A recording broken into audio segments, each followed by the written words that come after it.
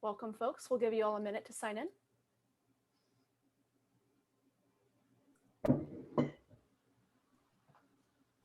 Last session of the day. If you've got something fun in your glass, please let us know in the chat.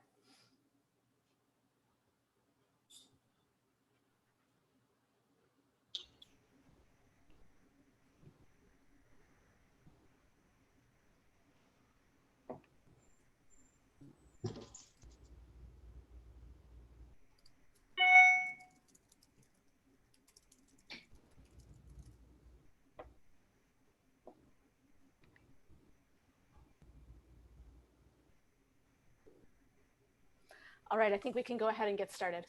Welcome everyone to Preview Week for Willamette, the Pinot Noir auction. The 2019 Willamette Valley wines featured in this tasting series are exclusive small lot bottlings for our wine trade auction. If you don't know about the auction and you'd like to learn more about how to purchase these wines, contact Emily at the WVWA, and I put her email address in the chat. I'd like to take a moment to thank all of our auction sponsors for their ongoing support. And an extra special thank you to our Imperial sponsor, Winebow. And now I'd like to introduce today's speakers. Representing lot number 87, Laurent Montalieu of Soléna Estate. Representing lot 88, Steve Goff of Colene Clemens. Representing lot 89, Andy McVay of Dobbes Family Estate. Representing lot 90, Dave Petterson of Domaine de Broglie of Francis Coppola Wine. Representing lot 91, Meghan Vandette of Dusky Goose. And representing lot 92, Gina Hennen of Adelsheim. And now I'll kick it off to our host for this final session of Preview Week, Eugenia Keegan of Jackson Family Wines. Take it away. Julia, thank you. And this is it. This is number 15 out of 15. And I think we're all really happy to wind it up. I feel like that we are the final leg of the either track or swim relay team, which means we are the swiftest and the fastest and the best. So we're going to close this out today. It's been really an incredible week, and I am sure that many of you have been on more sessions than anybody but maybe Julia, who has actually been on every one. So welcome very much to this final Preview Week virtual tasting. We thought we'd take just a minute to talk about Vintage 19. One of the things that makes this auction really fun and quite easy to talk about is that we have all made wines from the same vintage. And Salud does that as well, that one tasting, it's all the same vintage. And it's, for me, it's a really rewarding opportunity to look at a singular vintage. And I know that everybody pulls out their very, very, very best, and in this case, unique lot. And so it's just an opportunity to look through the entire Willamette Valley through the prism of a single vintage. And I find that delightful. And I found 19 delightful, and I think you'll hear that from the winemakers today. We returned to something that those of us who've been around a long time remember, which is a cooler, rainier season. And it was actually well received after the warm ones. It's funny, over the years, you know, we used to talk about winter weather, and we've now started to break it up. And we talk about sort of those months from October to the end of the year, and then those first 3 months of spring, because we realize that the weather, the rainfall, if it is in one period versus the other, it completely changes the vintage. And we're learning more and more about that. You may get all your rainfall, but if it all comes in November and December, it's a very different growing season than if it all comes in February and March. So this particular vintage, we had actually a reasonably warm winter in the November-December period, but the spring turned rather cold. We had a couple frost opportunities, and it was a little bit, it was wet, but it was cool. And we've been getting a lot of warm, wet springs, and this was a cold, wet spring. And the growing season, all of the summer period, it was really reasonably cool. We had a few days over 90, and I think it was 2 or 3 days over 95, but the summer was reasonably cool. September was quite cool. October was cold, much colder than we would normally have. And so although we had 3 or 4 incidences of rain in September, the cool days and the cold October allowed us a really extended growing season. And when you taste these wines, or if you have been tasting these wines, you should, I'm sure you're noticing that. So with that, we are going to get started. And how fun to start with one of our elder statesman, Laurent Montalieu. And I didn't say older, Laurent, I said elder. It's a very, very important distinction. And he will be talking about Soléna, but remember Laurent was the chairman of auction number 3. So I asked him the other day if he had any concerns about doing this, and he kind of just gave me one of those wonderful French poofs. And so with that, Laurent, please to us about your lot, which is number, you may have to help me, number 87, 87. Soléna. Thank you. Thank you. Thanks for the introduction, Eugenia. Yeah, there was not the old mention, but I kind of assumed that because of the 10 texts that you sent me to remind that you said I was getting senile anyway. So there might be a little bit of that in your messages, but anyway, that was much appreciated, so I could remember. And you also asked that I make my French accent much heavier because 30 years in Oregon has made it a little bit more subtle. So I don't know. Thank you. Is that okay? Yeah. Does that work? Yeah, I didn't want you to bring that French fake accent. Right, exactly. So no, it's an honor to be among all my peers here, great winemakers. As Eugenia was saying, I was privileged to be part of the group that started the auction. It's been 6-7 years. Julia, what are we, number 7, number 6? We're on number 6. Number 6. So it's been a delightful event. It's been so successful. Thanks to all of you attendees, all of you participating here as winemakers. It really shows, the spirit of what we're all about in Oregon, the cooperative spirit of what made Oregon. Just as a reminder, the ascension of the wines from Oregon in the world of wine has been nothing but, like the launch of a satellite, just straight up. It's been incredible.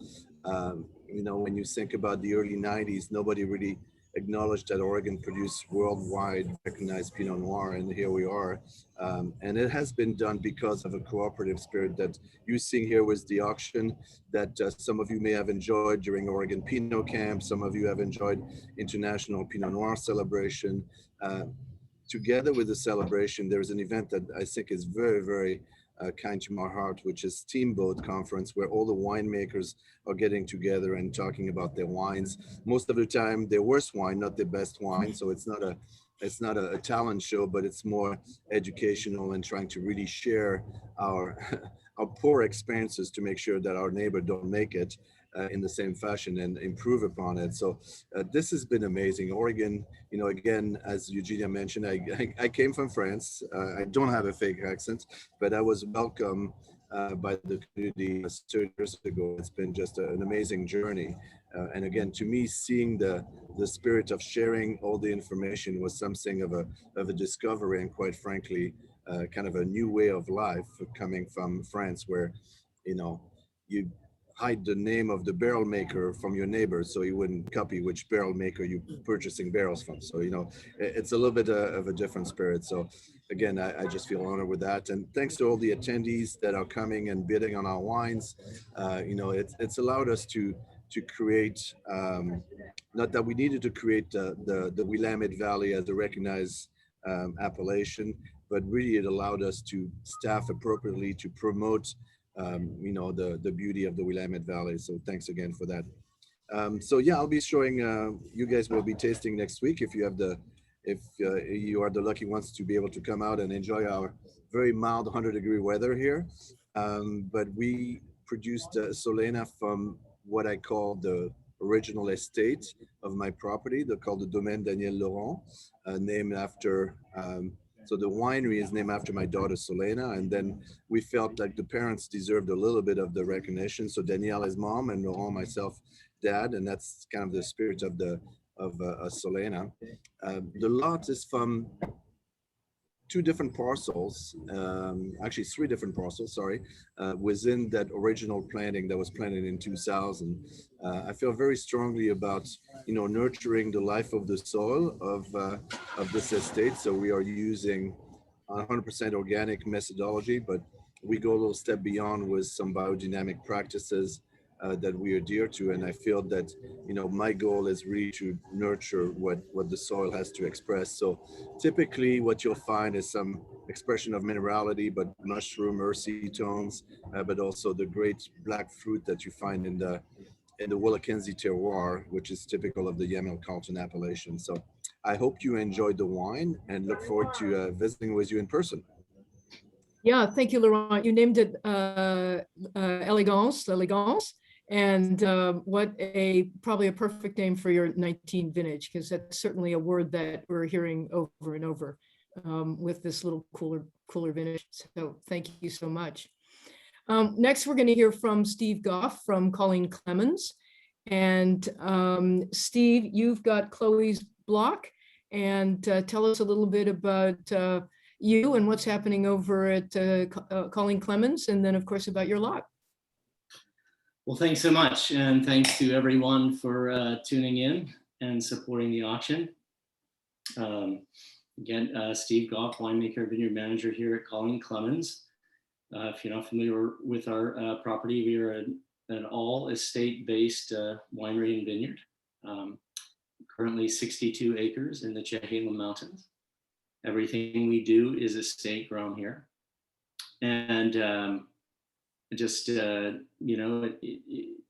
again, thanks for tuning in and giving us a little time this afternoon. So let me start out.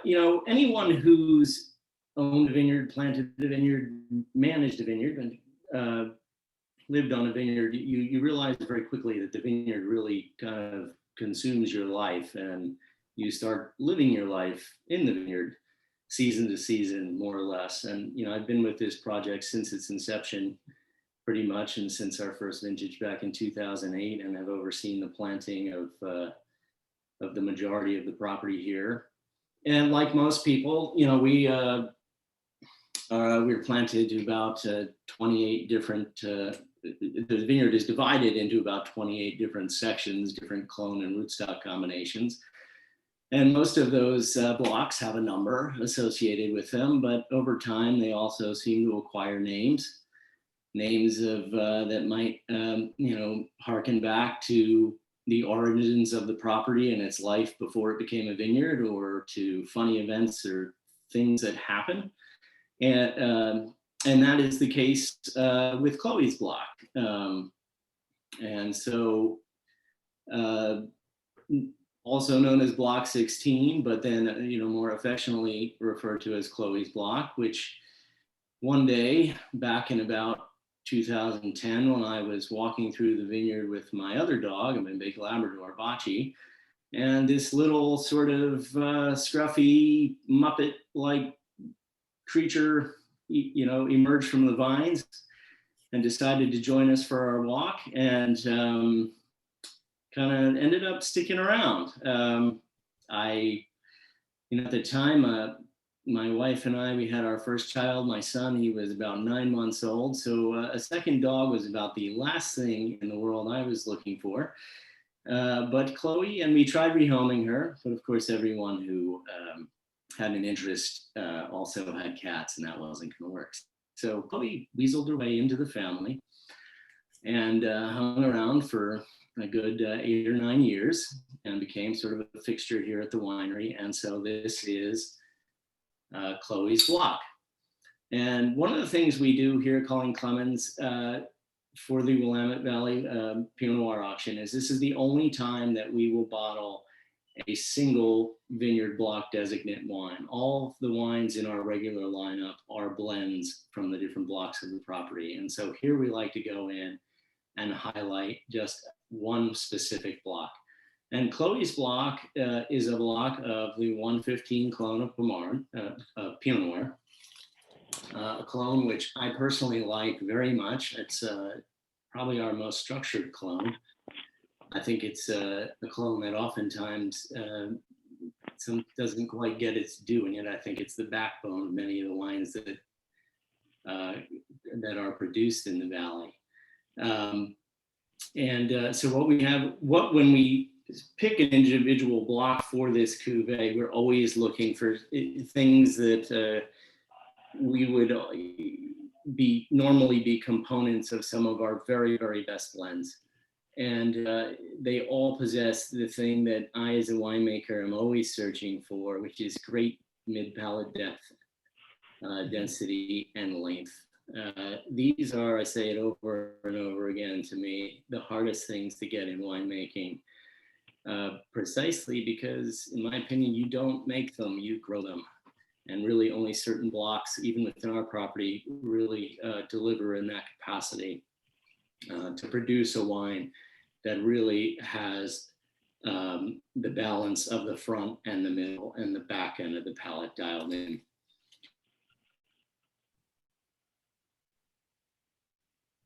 Did we lose Steve? No, there he is. Well-structured, a good core of fruit, and wine that I think is shown.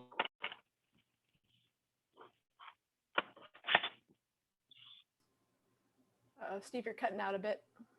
Yep. He did come right back a moment ago. While he's gone for a moment, I'm really tickled with his explanation about Chloe, because in our last conversation, people are going back and forth, block 1, block 8, and after a while I was noticing, I'm like, God, that gets boring. And they know what block 2 is, but I realized we are not creative at all when we're naming our blocks. We just call them by their numbers or their letters. And it was in my head, and I was thinking, maybe we should rename our blocks to give them some personality. So Steve has done that on my behalf and come up with Chloe. We're going to move on, and if we get Steve back, we're going to get back to Steve. So we're going to move over to lot number 89 from Dobbes Family Estate, and Andy McVay, the Bohemian. Tell us a little bit about Dobbes, certainly updates with Dobbes, and what you're doing there that's exciting you, and then talk about your lot. Right on. Thanks, Eugenia. So my name's Andy McVay. I'm the winemaker for Dobbes Family Estate. I've been here for quite a while, since 2008. I started as the cellar master, and every couple of years I took another rung up the ladder. I took on the winemaking role in 2017, but Dobbes Family Estate has been around since 2002. And the wine that I'm introducing today tells an important story about Oregon and the Willamette Valley, about Dobbes Family Estate, but also about future innovation in the Willamette Valley and in Pinot Noir. So the Dobbes Family Estate Pinot Noir for the auction is called the Bohemian. And we selected this name to represent an independent spirit, a personality that's unbound by convention, that doesn't necessarily need to follow tradition. And a lot of this comes from the fact that the Willamette Valley was founded in people who didn't do things that other people told them to. They had an independent spirit. They forged new ground. They took the unproven path. And Dobbes Family Estate has been doing that as well. We work with plenty of Pinot Noir, but we've also worked with Syrah and Viognier since 2002. And a killer Gris Blanc. Yes, Grenache Blanc. We started bottling in 2009. Yeah, killer. The first Oregon winery to bottle Grenache Blanc. So I wanted to find something unique to highlight that Oregon spirit of independence and independent thinking. I wanted to carry the tradition of Dobbes Family Estate, doing something different than many folks. And the Bohemian represents that personality and that mindset. And all of that kind of funnels in on the clonal selection for this wine. So we've got a personality and a style of winemaking, a theology, and then we have some technical information. So the wine is a 3-vineyard blend from the 943 clone. And a lot of people don't work with the 943 clone because, well, primarily it doesn't yield much. It kind of maxes out at about 2.5 tons per acre. And it has inconsistent set and yield, like the berry size is inconsistent. There's big berries, there's little berries, and that's kind of hard for winemakers to get their head wrapped around. When do you pick a cluster that's overripe in some berries and underripe in some berries? It's hard to figure out winemaking for that. And sometimes the little berries split right before harvest and cause tons of problems. Commercial vineyard managers don't like it because it's not a cash crop like Pommard can be. And it can have really variable personality. And all those things can lead up to an incredible wine. Those little berries that can make it through to harvest have incredible concentration and color, but without the tannin of seeds that come with many berries, so you can have concentration without too much astringency. You can have a great complexity of fruit between red fruits and floral components and dark concentrated fruits and some dried fruit complexity. Dobbes Family Estate works with 13 different vineyards in the Willamette Valley, and 5 of those vineyards have 943. So we have a pretty good spread of understanding about this personality. And what I've seen a lot with these different clones is the clone really takes on the vineyard's personality. 777 and a Dundee Hills site is kind of 777 and a Dundee Hills site. It's not necessarily the same as 777 and a Yola Amity site, but 943 really holds that personality. And I think it's because it represents so much of little berries and big berries, and that inconsistency actually leads to a consistent personality of dark and red fruits and concentration and elegance. It's amazing because most of the time you need to use different clones and different vineyards to blend that type of personality, but we get it in this singular clone. So the Bohemian is a 3 vineyard blend, all 943 clone. There's no new oak to this wine. It represents the personality of the varietal and the clone and the growing region. And it represents the spirit of Oregon and the Willamette Valley, independent thinkers that have chosen the path less traveled. So I love the Bohemian for all those reasons. Andy, that sounds delicious, and I can't wait to taste it next Thursday. I have not really had any of these wines, so I hope I make it through all of them next Thursday. I doubt I will, but I'm going to look forward to trying. So thank you. That just sounds delicious. Next, we're going to hear from Dave Petterson. And Dave has been around for a while, but his project is new. His site has been with him. He and his site have been together for a long time, let's put it that way. But he's under some new management, and we're going to hear all about that. And I'm looking forward to hearing all about that, Dave, from the reasonably new Coppola property or Coppola ownership. So take it away. Hi there. Yeah, thanks everybody for coming. This has been a lot of fun. Yeah, my name is Dave Petterson. I was the winemaker here and general manager for Vista Hills starting in 2007. And I made wine for them and ran the business up here until 2018. And in 2018, the owners of Vista Hills made the very difficult and heartbreaking and probably relatable decision to sell Vista Hills. And so we were bought by Francis Coppola Winery, and that was just an incredible change. Like, we went from being a very tiny, small Oregon family-run winery to being part of a big sort of Sonoma operated winery. And then just this past year, even in the last couple of days, there's been another change in that the Sonoma Francis Coppola Winery is merging with another wine group. And so Domaine de Broglie here in Oregon will be staying with the Coppola family. So the Coppola family is going to own us. They're going to own another winery in Napa. And what's cool about this is it brings us it kind of takes us back to Vista Hills days a little bit. Like, we're going from being under the umbrella of a kind of a big winery to being back to being a kind of a family-run winery again. So it's a little bit, it's the rarest of unicorns in the world of wine transition, where we're kind of getting smaller again. But it's cool for me because it means Francis himself is really excited about Oregon. He is super driven by quality. He definitely wants this to be like a really premium wine to really get the best out of this vineyard. He's really excited about these wines. So it's kind of a cool development. We're still dealing with everything that comes with change, but I think it's going to be really good for us here in Oregon, and a real opportunity to kind of take the wines even to another level. So it's kind of an exciting, interesting time. And of course, these things always have to happen 3 weeks before harvest, like they do. So here we are. So Dave, yeah. Dave, didn't Francis keep Inglenook? He kept the historic Napa Valley property. So he has Correct, these two. yeah. Yeah, thank you. Yeah, which is actually really cool, because when I visited Inglenook, the Francis Coppola Winery in Sonoma is this gigantic, like hundreds of thousands of, this enormous winery that most of us in Oregon walk around like shell shocked, like, what is this place? Like, I don't even understand. Inglenook kind of looks like an Oregon winery. Like the tanks are like more or less the size of tanks we use. They have a sorting line. They have a distemmer that looks like a distemmer. I could relate to it. You know, they have a cellar like, okay, and they do single block fermentations. They blend their wines later, and they have clones, and there are all these things that I could understand and relate to there. So it was the first time I had an experience that made me think, oh, actually, like Oregon wineries are kind of a little bit like these traditional small Napa wineries. We have a lot in common. So that was the first time I'd had an experience like that. So I'm looking forward to being closer with them. We'll kind of be sister wineries now, although they'll be the big sister. They're considerably bigger than us. I think it's a cool development. I'm excited about it. I'm going to go again to Elder. I'm going to call her the elder sister since she's elder sister. There you go. There you go. Been around a little. Yeah, you know, we often share the statistic that, and Julia, correct me if I get this wrong, but 70% or so of our wineries in Oregon are 5,000 cases and under.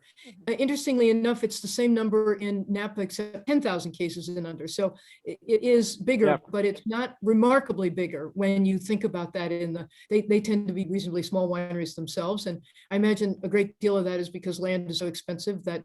And grapes are so expensive, it makes it really, you got to have a big checkbook for growth in that yep, environment. Yeah. Yep. Thank you so much. That's a great introduction. And we are going to hear from the Dusky Goose.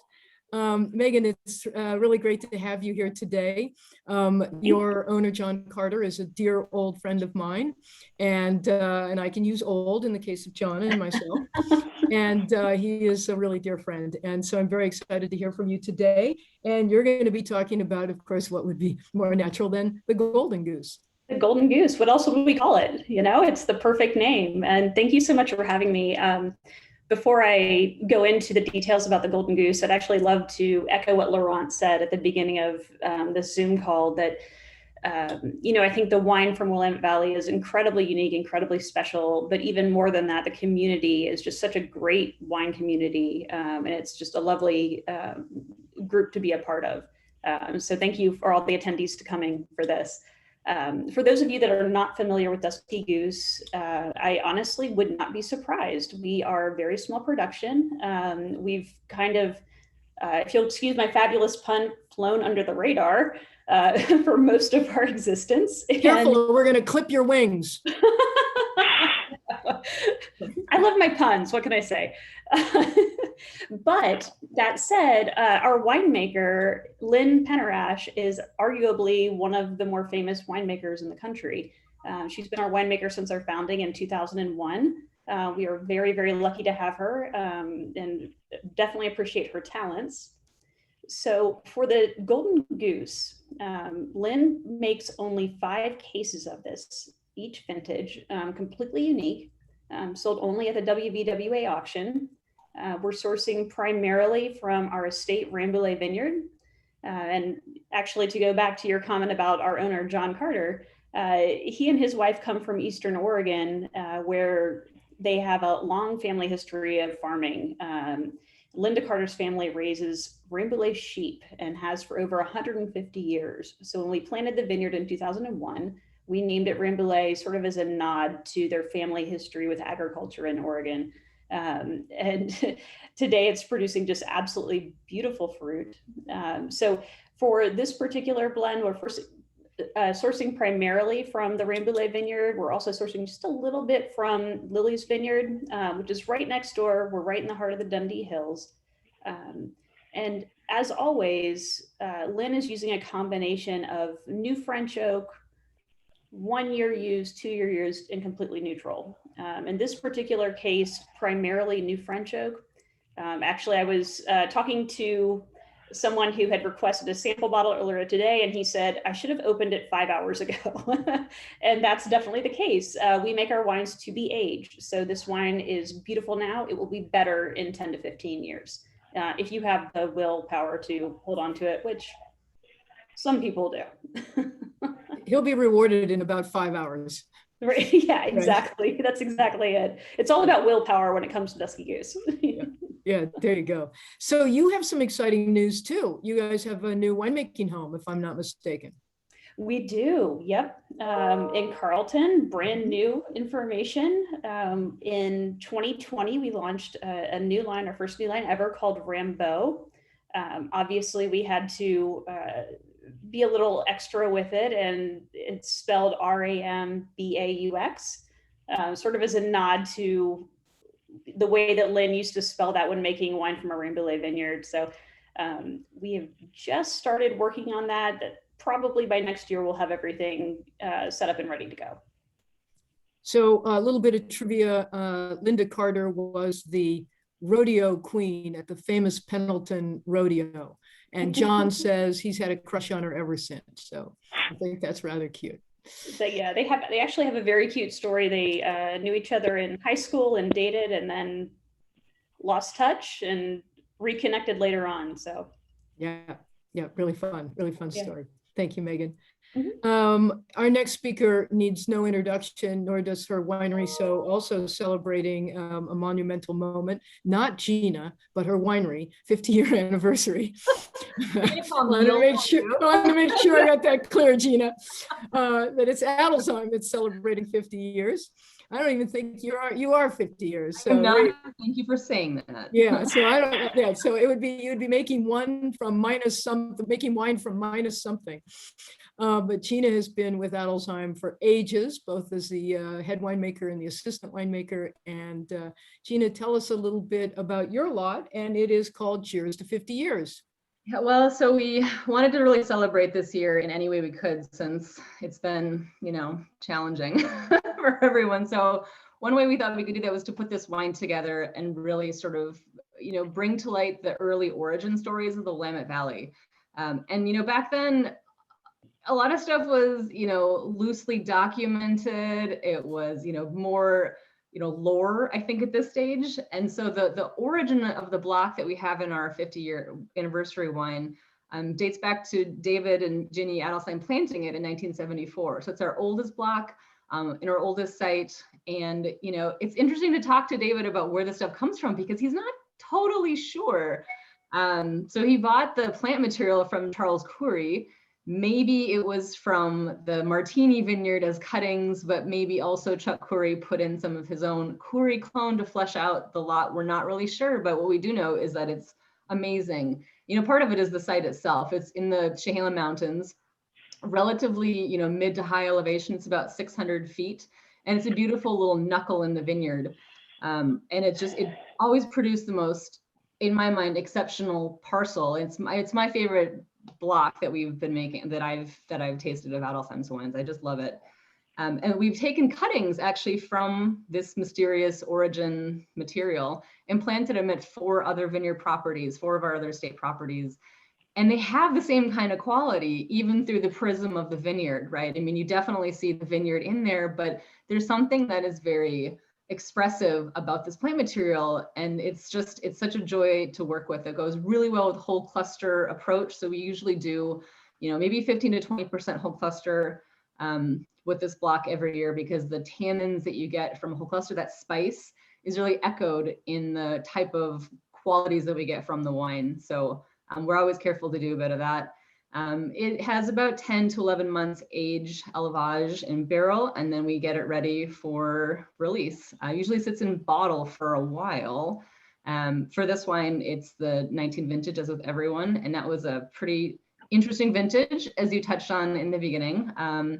One of my favorite, I guess, memories of that vintage was there was this, there's a big rain event that was coming, and we have sometimes had some concerns about that block, and we prize it so much. We were willing to sort of do whatever it took to make sure it weathered that storm. So we stripped the leaves all the way to the second fruiting wire, to the second wire, the second catch wire, which is pretty, shocking when you come to a vineyard and you can see right through from one side of the vineyard to the other. But it really helped to dry that space out. And the fruit, was really of excellent quality on the other side of that rain event, which was, for us, a huge win. So we're pretty excited that we have this at all for people to taste. And it's one of, I think, the more lovely expressions of Pinot Noir that we've seen in a long time. The whole 19 vintage series, all the wines that I've tasted from other people around the valley. They've just been so wonderful, so expressive, more of that, cool climate sort of sensibility to them. Really structural, very elegant, and very age-worthy. So I'm excited to be able to taste in person with everyone next week for the first time in what seems like, forever. So it'll be fun to taste everyone's wines. It sure will. And if I weren't concerned that I would pull the wrong plug and shut down the computer and everything else, I'd stand up and I'd turn the computer out this window, because block 1 is right outside my window here. And it is, those old vines have so much personality. And every season they have their own little wily ways of working. And I think 21, so far they're telling me they're very happy out there. So should see a wonderful, wonderful 21. One of the things that we're going to do next is do a little go around. And I know it's interesting because we asked you all to describe your wine, and winemakers just refuse to do it. It's so funny. They'll talk about structure. They'll talk about where the grapes are from. They'll talk about the harvest issues. They'll talk about how they made it. They'll talk about the structure. But boy, do they resist, the blue fruit and the red fruit and the tangerine peel and all of that. But I'm going to make you go around and, I'm going to ask you to go around and do it. And we're going to go back to Laurent to kick us back off. So Laurent, pull out your greatest Somm BS hat and tell us what that wine tastes like, please. Exactly, and or that cocktail. That cocktail. You tell us what that. Lots of coffee tones, a little tobacco. Yeah.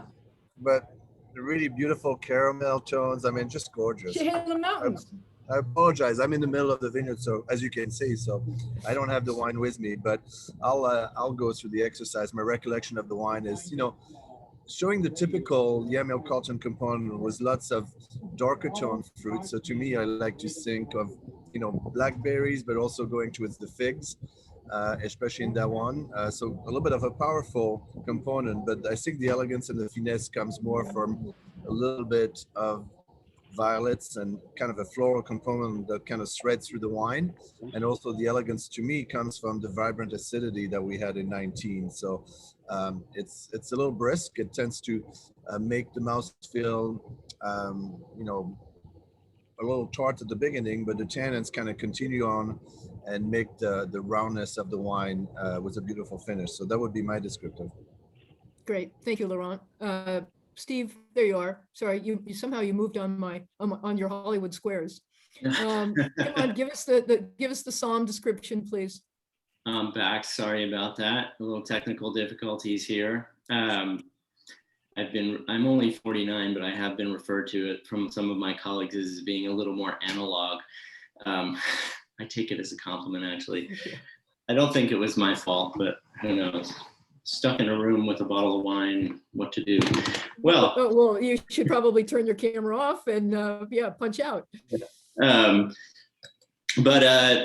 think our cuvee really shows what our site tends to do and highlight really well. Our site is a predominantly sedimentary soils, but it's chock full of basalt rock, which is volcanic. And I think the profile of our wines is typically somewhere right in the middle from what you would find between a pure volcanic series wine like from the Dundee Hills versus something like directly across the street from us with Ribbon Ridge. The volcanic soil wines to me tend to be a little more red fruited and delicately structured, and sedimentary soil wines tend to be darker fruited and bigger tannins, as speaking in broad brushstrokes. And I think our wines tend to be sort of a meld of those two, which I don't think is atypical of our side of the Chehalem Mountains. And certainly I think it falls into that beautiful dark cherry spectrum on the nose and the palate. Definitely brings floral tones aromatically, as well as some savory notes into the palate. And so it is, as I was mentioning, I think before I got cut off, or where I think you lost me, I think very highly of this vintage. Like I was saying, to me, it is something quintessentially Oregon. And we talk about rain at vintages. Oh my God, we had rain. Rain at harvest used to be par for the course. To me, it's kind of what was the big deal. We beautiful fruit in 2019 at 22 to 23 and a half bricks at wonderful physiological ripeness. And so I think if you're a longer time fan, connoisseur, collector of Oregon wines, I think this vintage is really going to remind you of the thing that drew you in the first place. And if you're newer or a newer consumer to Oregon wines, there's still plenty of fruit, plenty of flesh, plenty of stuffing there. And will make a great introduction there. Thank you, Steve. What a great description. I love the sort of combo of volcanic and sedimentary. That's a pretty wonderful expression of site. Thank you. Andy? Yeah, right on. So I mentioned earlier that the Bohemian Pinot Noir is a blend of 3 vineyards. And so I'm not going to really say that the vineyard or the AVA is what's representing the wine. It's more of a clonal personality. And to break that down, let's talk about small berries and big berries, chicks and hens. The little berries provide a lot of concentration and a lot of more riper toned fruit, darker toned fruit like dark cherry or Marionberry. The bigger berries are a little bit less ripe and have more of a higher toned red fruit like raspberry and red currant. There's a really intriguing floral complexity to this wine, not just rose, which is typical of Pinot Noir, but more of a darker toned lilac character. I wouldn't say like percentage wise, if you were composing the aroma, maybe 10% floral tones, mostly red fruited tones, because it does reflect the vintage. It's more of a lower alcohol red fruited vintage. There's darker toned fruits there that are about 25% of the wine. And as far as tannins and acid go, this is an acid forward wine from a cool vintage. And when I think about ageability of Pinot Noir, I think about tannins requiring aging and acid allowing aging. And this wine has enough oomph in the tannins to hold on for quite a while, but the acidity is what's going to preserve this freshness. So regardless of how smooth or how resolved the tannins get in this wine, the acid is going to preserve the freshness and carry it on for as long as possible. The fruit intensity is going to hold up. So red fruits, dark fruits, floral complexity. There's a little bit of brambly spice in there, but not from new oak. It's a second fill barrel. And I think I covered all the descriptions of You Pinot did Noir a great job, Andy. I mean, you pulled out the list of. I know, it's the whole book of Pinot Noir. I told you everything. And Yeah. that's the beautiful. So, I think there's something for everybody there, but also I'm describing the advantages of 943, having that built-in multi-personality complex. And that's fun for me. Yeah, 943 meets 2019. Yeah, and how that, you mentioned the alcohol, and I think that's one of the other charms of this vintage is the alcohol is basically everybody's somewhere in the 13s pretty much. And I think we're all happier when we're seeing those kinds of alcohols. It's just a little lighter going down in that way without being, it's not about light wine. It's just about the sense of alcohol. I mean, alcohol has weight. And in this case, these wines are not propped up by alcohol or oak. They're propped up by being very, very physiologically ripe and long time on the vine. And that's why I'm so looking forward to these wines. Hey, Dave, can you pull out your Somm handbook and give us the description list for us? I can try. You're right. I resist doing this as much as possible. When people stand in front of you and have the wine in their glass, they say, "What does this taste like?"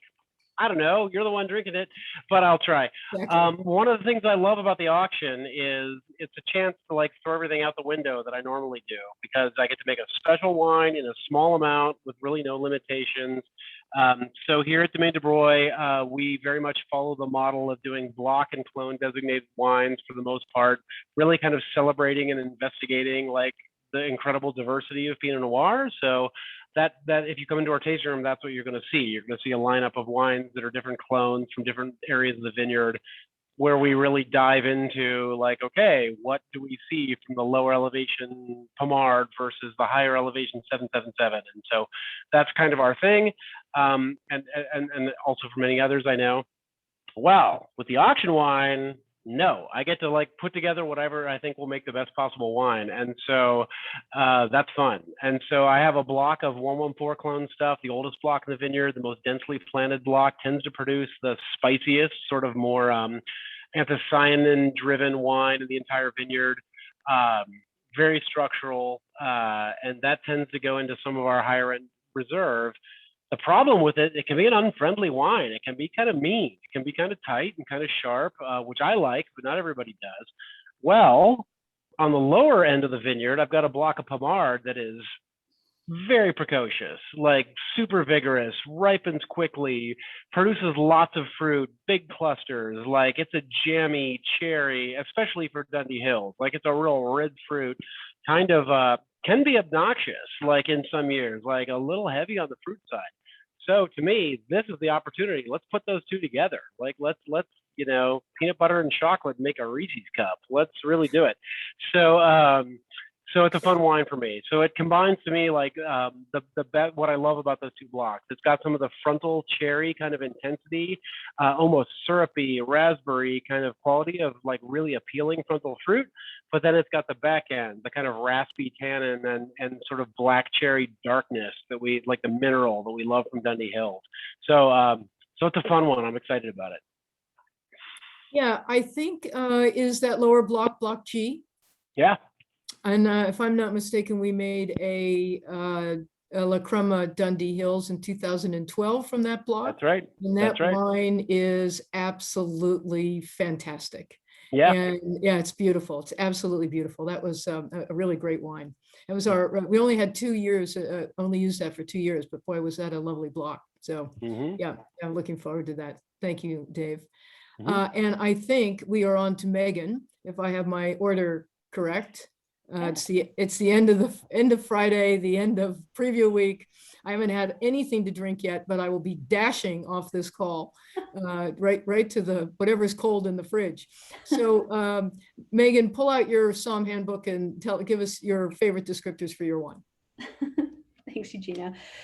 So the Dundee Hills, as many of you probably know, are known for making wines of elegance. And that's really what we are all about at Dusky Goose, not just wines of elegance, but also exceptional structure. And for many of us in the industry and avid consumers, I think that balance becomes maybe the most important thing in a wine. And so when Lynn Penarash is making our wine, she's really focusing on the balance between the tannins and the acidity, the flavor profile, and thinking about, how is this wine going to be in, when we open it, and then in a year, and then in 5 or 10, or possibly many more years. And I think it really takes a lovely mix of science and artistry to create a wine that can hold up both immediately and, well, relatively speaking, immediately, and then also stand the test of time. So that's really what we have here with the Golden Goose. The blocks that Lynn sourced from specifically, we get a lot of intense structure for sure, which of course will mellow out with time, but also like nice dark fruits, like dark red cherry, blackberries, some black tea, of course, a little violet. And then on the finish, I get a little bit more red fruits, like red cherry, maybe some like dusty strawberries. Might get a little bit of like forest flora in there, kind of a florally, maybe a rose note. Really classic Dundee Hills. Yep, exactly. Very classic, and just an actually beautifulul expression of Willamette Valley wine. Well, I do get the opportunity to taste a lot of Lynn's older wines these days, whether they're under the banner of Dusky Goose or Penarash. And I can assure you that there's nothing more fun than picking out those 20-year-old wines and seeing how they're doing, because they're doing beautifully. So thank you, Meghan. And Gina, I know this is an exercise you hate too, because it's all winemakers do, but I know that you can tell me what that wine tastes like to you. And that would be great. Thank you. Yeah, I was actually thinking as everyone was talking, how can I avoid her question? You've all tried very hard. You've been pretty successful, but good, yeah. So I mean, I think for me, the hallmark of this wine is twofold. One is there's like a white pepper and really beautiful wild cherry note on the nose, and some lovely spice on the palate. But almost more than anything, it's the focus and the firmness and the texture of this wine. I've been working with this block since 2006. So not only that, but we have a large library, as you might imagine. And so we can go back and taste older versions. And this wine is just one of the most ageable wines I've ever experienced. Like, it really is beautiful. It's nice when it's young and it just sort of blossom, like it slowly opens up, and it's over the course of decades in some cases. So for me, that's the really exciting thing about this, is to like think about what the potential for the future is. What is this going to taste like when I revisit it again in 10 or 20 years? So I did describe it a little bit, but also you did a pretty good. No, you did a pretty good job. Okay, good. I'm making notes. I'm making notes to see how good you. I'm going to send you all the Somm handbook. I've been amused sometimes. There was actually during harvest a couple of years ago, and we had a legitimate Somm in the cellar, and it was a wine in the middle of fermentation, which they're awful. They're not for drinking. And he had that wine up, and he had blackberries, and I mean, he went on and on and on. And Shane and I were sitting there going, "You must be kidding, right? Where is this coming from?" It is definitely, it's like pick one from column A and two from column B. So it's definitely different. And it's fun listening to winemakers, because they really don't talk about wine that way. They really don't. They talk about wine mostly about structure and about body and mid palate and then tension, of course, and balance. So it's really fun to kind of put you guys on the spot. We're kind of getting towards the end. Julia, I'm going to ask if you've got any questions. I know you have questions, but if there's anything in the chat. Nothing in the chat at this time. Eugenia, do you want me to ask one of mine, or do you want to? Yes, I do. Okay. And I hope you asked that one question that you asked earlier, because I loved the answer. I'm not sure which one that was. I can ask the one that was in my head, or Good. Go with that one. I'm curious. This is mostly for the winemakers, but if, let's say, we are dropping you in another wine region in the world, what is the most Willamette Valley thing about you that all the rest of the team is going to notice right away when you start making wine? And also, where are we dropping you? Where do you want to go? And that second part, I think Meghan could probably answer too. All right, who's going for it? What would be, I mean, Birkenstocks, Pendletons, right? Those would be some of the obvious hints. I was gonna say flannel, so I was right. Yeah, you're right on. That zone. Yeah. Flannel shirts, beard. Oh, I don't have a beard. Yeah, what happened to that? Laurent has one. I He's need to going work down the on floor. that. So does Andy. Yeah. Oh, and also, while you're thinking about that one, Josh just asked us, can you compare 2019 to other vintages? Any other vintages come to mind that it reminds you of? I'm going to throw out a little bit of 08, a little bit of 05, which I think was a great sleeper vintage from the aughts. Maybe shades of 2010, something in that vein. I think these are all, which to me, those are three of my favorite vintages. Josh should know better. He's been coming around for long enough that there's Yeah, not yeah. vintage that is similar to the other. I've had the good fortune to being part of 32 yet, and they're all different. So what the heck is that question? Yeah. No He's trying to fairness, trick he's asking to compare it to others. I think that Eugenia actually nailed it earlier when you described the vintage as being a little bit more racy, having a little bit more of the normal characteristic of Oregon, where we had some nice differences in between night and day, big swing of temperature, malic acids standing a little bit higher in the fruit, and so that nervosity and that vivacity that we are so often so proud of, that makes our Pinot Noir so elegant, is probably one of the elements that wasn't in some previous vintages. When I was doing a little review for this, I went to Greg Jones's website to look at his comments, and he's talking, of course, about the technical data, not about the wines themselves, but from his data point of view, he had 04, 05, 12, and 18. And I looked at that and I said, Greg, we need to talk. Because I just didn't, 18 and 19, I'm sorry, they just, I mean, except except they were in 2000. I just didn't see the similarity. So I was interested that those were the ones called out in his data. Yeah, I was a little stumped by that. That really surprised me too. And I had never heard that until actually you sent us your vintage synopsis. And other than perhaps, it noted the somewhat warmer evening temperatures, which may be allowed for the accumulation of more heat units. I just can't see that one either. I mean, Yep. This 2019 was a classic Northwest summer. We had about 12 or 14 days where we broke 90 degrees. 2018, we set the record when we broke 90 degrees at 32. I was harvesting fruit even down at 22, physiologically ripe fruit at 22 to 22 and a half bricks. You'd be picking green fruit in 2018. So that one, yeah, stumps me too. They're both beautiful vintages, but they are, to me, Yeah, night and day. Yeah, night and day. End of the spectrum. But so to put that in data, Steve, in 18, we had 28 days over 90. And in 19, we had 11. Yeah. For the whole growing season. Yeah. Yep. Julia, back to you. I'm still waiting to hear where everyone wants to work harvest. And I wasn't actually thinking so much about flannel and Birkenstocks, although that is obviously very Oregon thing about everybody. I was curious more about your winemaking style and how it might be, shaped by your region and what would be most evident in the way that you approach wine if you were to go somewhere else in the world.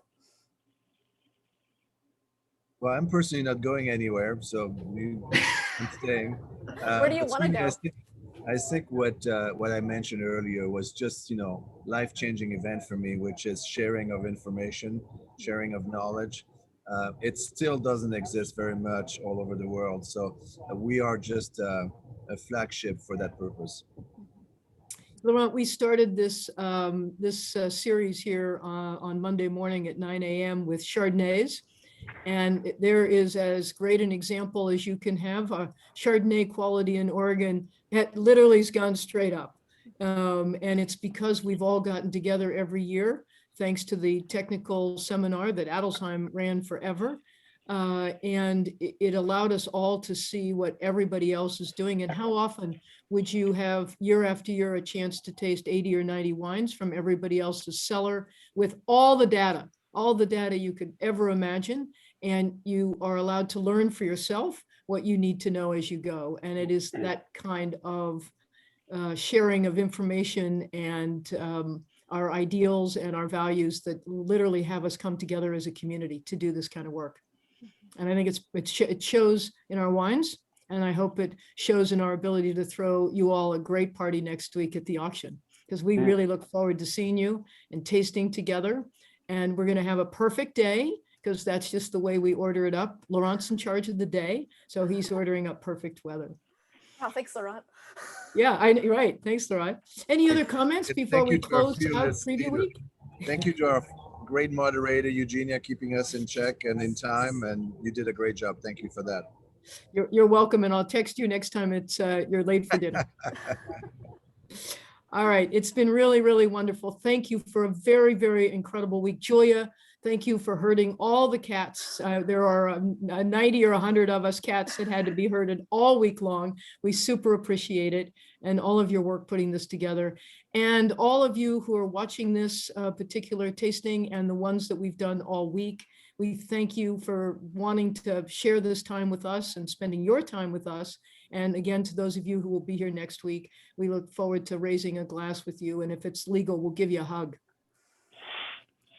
Thank you, Eugenia. Thank you, panelists. Thank you, attendees. Thank you, everyone. Cheers.